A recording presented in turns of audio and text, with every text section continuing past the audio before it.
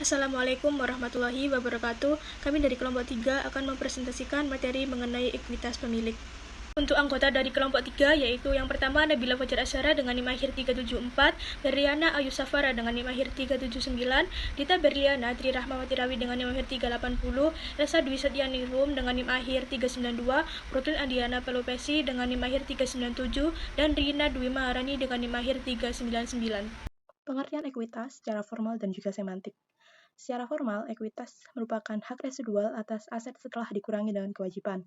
Definisi secara formal maksudnya adalah definisi yang umumnya digunakan dalam standar akuntansi atau peraturan resmi seperti peraturan dari IAI atau Ikatan Akuntansi Indonesia.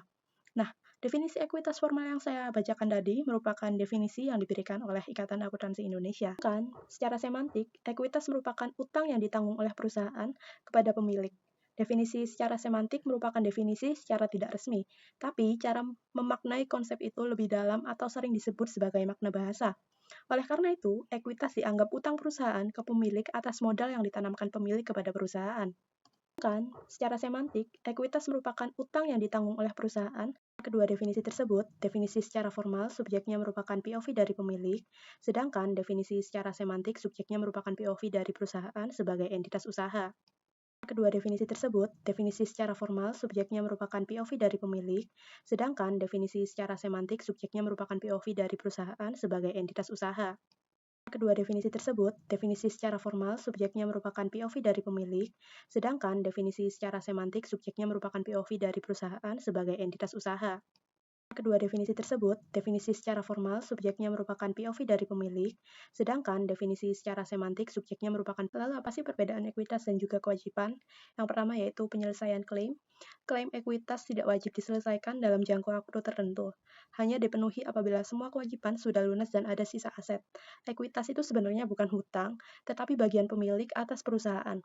Klaim ekuitas hanya bisa dipenuhi jika semua kewajiban perusahaan sudah lunas dan juga masih ada sisa aset. Lalu apa sih perbedaan ekuitas dan juga kewajiban? Yang pertama yaitu penyelesaian klaim, sedangkan klaim kewajiban wajib diselesaikan sesuai dengan perjanjian atau jatuh tempo. Kewajiban dapat dibayarkan dalam bentuk kas, penyerahan aset, atau pemberian jasa tertentu sesuai dengan perjanjian. Sedangkan klaim kewajiban wajib diselesaikan sesuai dengan perjanjian atau jatuh tempo. Kewajiban dapat dibayarkan dalam bentuk kas, penyerahan aset, atau pemberian jasa tertentu sesuai dengan perjanjian. Sedangkan, klaim kewajiban wajib diselesaikan sesuai dengan perjanjian atau jatuh tempo. Lalu, perbedaan yang ketiga yaitu substansi perjanjian. Hubungan ekuitas bersifat kepemilikan, tidak ada perjanjian wajib bayar dalam jangka waktu tertentu. Sedangkan, hubungan kewajiban bersifat utang piutang, yang dimana ada perjanjian yang mengikat tentang pelunasan dan konsekuensinya. Lalu, perbedaan yang ketiga yaitu substansi perjanjian. Hubungan ekuitas bersifat kepemilikan, tidak ada perjanjian wajib bayar dalam jangka waktu tertentu. Sedangkan, hubungan kewajiban bersifat. Komponen ekuitas pemegang saham. Komponen ekuitas terdiri dari yang pertama modal setoran ekuitas yang berasal dari kontribusi pemilik atau investor. Kemudian yang kedua modal bentukan yang terbentuk akibat aktivitas operasional dan kebijakan keuangan internal perusahaan, bukan dari kontribusi langsung pemegang saham yang mencerminkan hasil dari kinerja perusahaan itu sendiri. Dan yang ketiga ada modal lain. Dalam praktik akuntansi dan hukum, modal setoran ini dibagi menjadi dua kategori utama, yakni modal yuridis atau modal yang secara resmi diakui dalam hukum sebagai modal dasar perusahaan yang biasanya tercantum dalam akta pendirian atau anggaran dasar. Kemudian yang kedua ada modal setoran lain atau agio premium, yang merupakan modal yang tidak termasuk dalam modal yuridis, namun tetap merupakan kontribusi dari pemilik atau hasil dari transaksi ekuitas lainnya. Kemudian sumber perubahannya pada modal yuridis, sumbernya saat perusahaan menerbitkan saham baru dan pemilik membeli saham tersebut. Selain itu, modal yuridis juga bisa berasal dari laba ditahan yang dikonversi menjadi saham yang disebut kapitalisasi laba. Kemudian pembagian saham sebagai dividen atau bukan uang tunai, serta konversi utang menjadi saham seperti obligasi yang diubah menjadi kepemilikan saham. Bahkan saat investor memesan saham sebelum diterbitkan pun sudah termasuk dalam kategori ini. Kemudian untuk modal setoran lain, ini juga berasal dari pemilik namun caranya tidak langsung. Misalnya, ketika perusahaan menjual saham di atas nilai nominal, selisih kelebihannya disebut premium saham. Modal setoran lain juga bisa muncul dari penjualan saham treasury atau saham yang dibeli kembali dan dijual ulang, digunakan untuk menutupi kerugian lama atau penyerapan defisit, atau saat perusahaan memberikan dividen dalam bentuk sisa aset karena ditutup atau yang disebut dividen likuidasi. Selain itu, perubahan struktur modal agar lebih sehat atau restrukturisasi modal dan penyesuaian nilai aset berdasarkan harga pasar baru atau revaluasi aset juga menjadi bagian dari modal setoran lain. Kemudian untuk sumber perubahan modal bentukan ini ada laba atau rugi bersih, di mana jika perusahaan untung, ekuitas naik, dan kalau rugi, ekuitas turun. Kemudian yang kedua ada dividen, di mana pembagian keuntungan ke pemilik menjadi ekuitas berkurang. Kemudian yang ketiga rekapitalisasi, di mana perubahan struktur modal bisa menambah atau mengurangi ekuitas. Kemudian yang keempat defisit, kerugian yang numpuk yang dapat mengurangi ekuitas. Kemudian yang kelima koreksi, di mana perbaikan pencatatan di masa lalu yang bisa mengubah nilai ekuitas. Kemudian yang keenam perubahan akuntansi, mengganti metode pencatatan keuangan yang berdampak pada ekuitas. Kemudian untuk sumber perubahan pada modal lain ini antara lain ada selisih kurs, di mana perubahan nilai tukar pada uang asing. Kemudian yang kedua ada keuntungan atau kerugian revaluasi yang merupakan nilai aset naik atau turun setelah dinilai ulang. Kemudian yang ketiga instrumen derivatif, di mana kontrak keuangan seperti opsi atau futures yang bisa mempengaruhi ekuitas. Lanjut materi berikutnya mengenai perubahan modal setoran dan masalahnya. Yang pertama ada pemesanan saham atau stock subscription yang merupakan penjajahan awal investor untuk mengakuisisi saham di masa depan. Masalah utamanya adalah potensi pembatalan atau gagal bayar.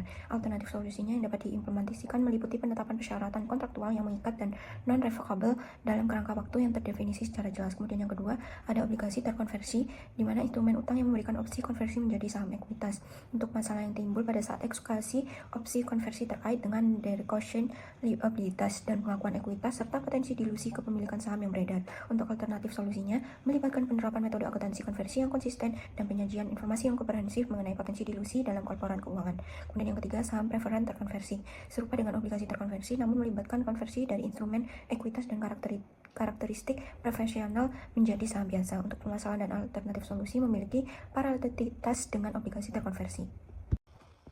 Kemudian dividen saham, masalah utama dapat muncul terkait kapitalisasi laba ditahan dan interpretasi yang keliru oleh investor mengenai implikasi ekonomis distribusi ini. Untuk alternatif solusinya mencakup valuasi dividen saham berdasarkan nilai pasar wajar. Kemudian hak opsi saham. Untuk masalahnya signifikan meliputi penentuan harga pelaksanaan yang optimal dan tingkat partisipasi pemegang saham.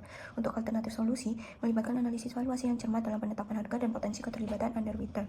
Kemudian yang terakhir ada saham treasury, yaitu permasalahannya berkaitan dengan metodologi akuntansi untuk akuisisi dan raise serta rasionalisasi strategis di balik transaksi ini. Untuk alternatif solusinya, formasi kebijakan internal yang jelas mengenai transaksi saham treasury. Selanjutnya yaitu perbedaan modal saham dan bentukan. Yang pertama yaitu modal saham atau capital share merupakan bagian dari modal perusahaan yang berasal dari penerbitan saham kepada pemegang saham. Dicatat di sisi ekuitas dalam neraca. Modal setoran ini dibedakan menjadi dua, yaitu modal yuridis dan modal setoran lain. Modal yuridis merupakan jumlah minimal yang harus disetor dan dipertahankan oleh perusahaan, terutama untuk melindungi kepentingan pihak luar, khususnya kreditur. Jumlah ini ditentukan berdasarkan karakteristik saham, yaitu bernominal, tak bernominal, bernilai nyata, atau tidak bernilai nyata. Lalu modal setoran lain, bisa agio atau premium, merupakan bagian dari setoran pemegang saham yang melebihi nilai nominal saham seperti agio saham atau hasil dari penjualan saham di atas nilai nominal. Jadi pemecahan ini bertujuan untuk menunjukkan dengan jelas bagaimana modal yang wajib dipertahankan atau yuridis dan kelebihan nilai setoran premium agar tetap transparansi dan perlindungan terhadap kreditur lebih terjamin. Karakteristik saham ada bernominal, tak bernominal, atau bernilai nyata, tak bernominal atau tak bernilai nyata, dengan modal yuridis dan modal setoran lain seperti pada tabel. Selanjutnya yaitu bentukan. Modal bentukan adalah modal yang berasal dari hasil operasi atau penyesuaian akuntansi internal seperti laba ditahan, defisit dividen, dan koreksi akuntansi. Berbeda dengan modal setoran, modal ini tidak berasal dari setoran pemegang saham, melainkan terbentuk dari kinerja dan kebijakan internal perusahaan.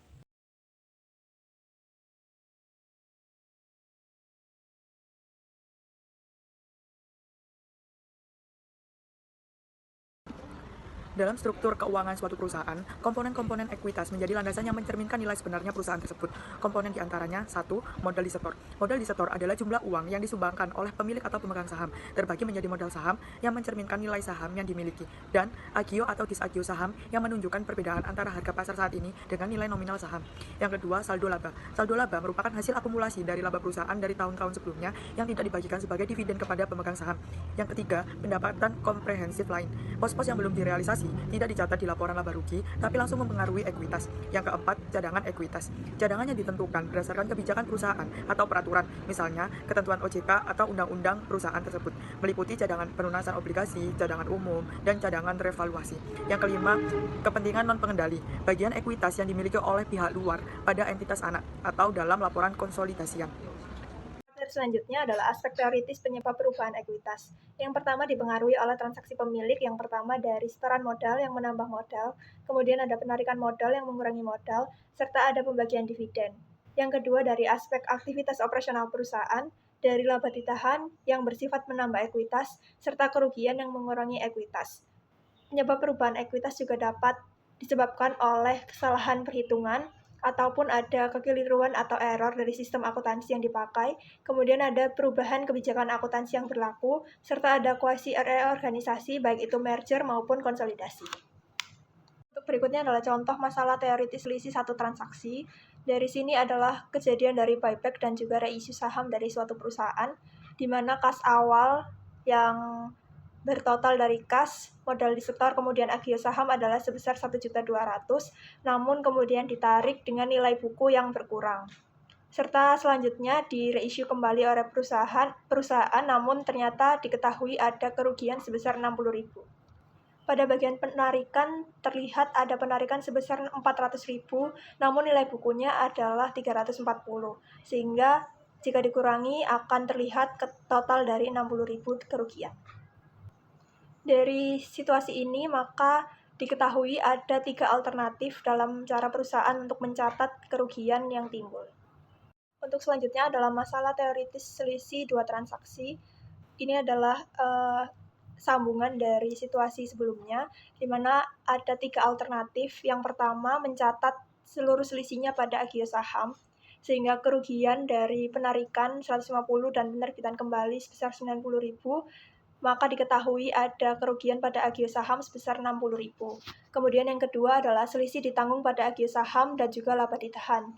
Dari nominal 60.000 ini dibagi, kemudian dibebankan ke kedua akun tersebut, sehingga agio saham memiliki perubahan sebesar minus 10.000 dan laba ditahan juga minus 50.000.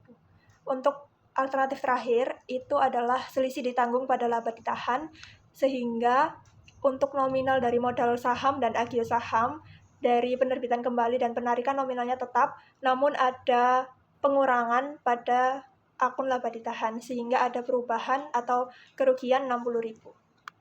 Untuk selanjutnya yaitu mengenai konsep laba komprehensif, yang dimana laba komprehensif merupakan pendekatan pelaporan keuangan yang mencakup seluruh unsur perubahan ekuitas kecuali yang berasal dari transaksi dengan pemilik atau ekuitas. Jadi terdapat 4 dasar pemikirannya, antara lain yaitu yang pertama pembedaan transaksi operasi dan transaksi ekuitas, yang kedua pembedaan transaksi operasi dan investasi atau aset operasi dan aset kapital, yang ketiga penyertaan pos luar biasa dan bypassing items atau item yang biasa yang tidak muncul di laba operasional biasa, dan yang terakhir yang keempat implikasi terhadap komponen laporan laba rugi atau semua unsur diakui. Lalu terdapat komponen statement laba rugi, yaitu ada 8, yaitu yang pertama pos operasi termasuk pada kinerja sekarang, semua termasuk dan laba komprehensif. Yang kedua pos operasi tambahan atau pendapatan dan biaya lainnya termasuk pada kinerja sekarang, semua termasuk dan laba komprehensif. Yang ketiga pajak penghasilan termasuk pada kinerja sekarang, semua termasuk dan laba komprehensif. Yang keempat, operasi yang dihentikan tidak termasuk kinerja sekarang tetapi semua termasuk dan laba komprehensif. Yang kelima, pos luar biasa tidak termasuk kinerja sekarang. Yang keenam, perubahan prinsip atau metode akuntansi juga tidak termasuk kinerja sekarang tetapi semua termasuk dan laba komprehensif. Yang ketujuh, perubahan estimasi tidak termasuk pada kinerja sekarang dan laba komprehensif. Yang terakhir, perubahan ekuitas non pemilik tidak termasuk pada kinerja sekarang dan semua termasuk, laba komprehensif termasuk. Selanjutnya yaitu tingkat laba yang dilaporkan dalam pendekatan laba komprehensif, yaitu ada 5. Yang pertama, laba operasi utama atau hasil dari operasi utama perusahaan. Yang kedua, laba operasi berlanjut atau setelah mempertimbangkan operasi tambahan berupa pajak. Yang ketiga, laba periode, yaitu setelah memperhitungkan operasi dihentikan dan pos luar biasa. Yang keempat, laba periode bersih, yaitu setelah memperhitungkan perubahan akuntansi. Dan yang kelima, laba komprehensif, yaitu mencakup juga perubahan dari ekuitas non pemilik. Selanjutnya terdapat penyajian laba komprehensif. Laba komprehensif dapat disajikan dalam 2 format utama, yaitu yang pertama laporan laba rugi bentuk tunggal dan yang kedua laporan laba rugi model ganda. Laporan laba rugi bentuk tunggal yaitu dalam laporan keuangan itu terdapat biaya keuangan, biaya yang dihasilkan, lalu beberapa bagian laporan laba rugi berdasarkan identitas suatu asosiasi jumlah laba ataupun rugi, dan seluruh total laba rugi komprehensif dari perusahaan tersebut. Untuk yang kedua, laporan laba rugi model ganda, sama seperti halnya laporan laba rugi model ganda ini suatu penyajian laporan yang bisa menjadi 2 laporan laba rugi. Nah, untuk di dalam laporan tersebut terdapat pendapat yang didapat, beban pajak, biaya pendapatan laba atau rugi dari entitas sosial, jumlah laba, dan seluruh total laba ataupun total rugi dari perusahaan.